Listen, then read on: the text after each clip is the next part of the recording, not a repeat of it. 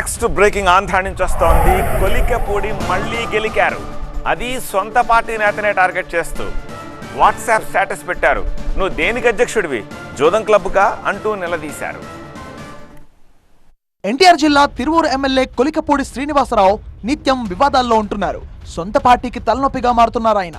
మొన్నటికి మొన్న ఎంపీ కేశినేని చిన్నితో జరిగిన గొడవ అధిష్టానం వరకు వెళ్ళింది. టీడీపీ అధిష్టానం ఈ వివాదంపై ఆగ్రహం వ్యక్తం చేసింది. కొలికపూడి వివరణ కూడా తీసుకుంది. అయినా శ్రీనివాసరావు అస్సలు తగ్గేదిలే అన్నట్టుగా వ్యవహరిస్తున్నారు. తాజాగా కొత్త వివాదానికి తెరలేపారు కొలికపూడి శ్రీనివాసరావు. విసన్నపేట మండల టీడీపీ అధ్యక్షుడు రాయల సుబ్బారావు టార్గెట్ గా వాట్సాప్ స్టేటస్లు పెట్టారు కొలికపూడి. నువ్వు దేనికి అధ్యక్షుడివి, జూదం క్లబ్కా, జూదం కోసం ఆఫీస్ పెట్టావంటే నువ్వు నిజంగా రాయల్ అంటూ స్టేటస్ పెట్టారు.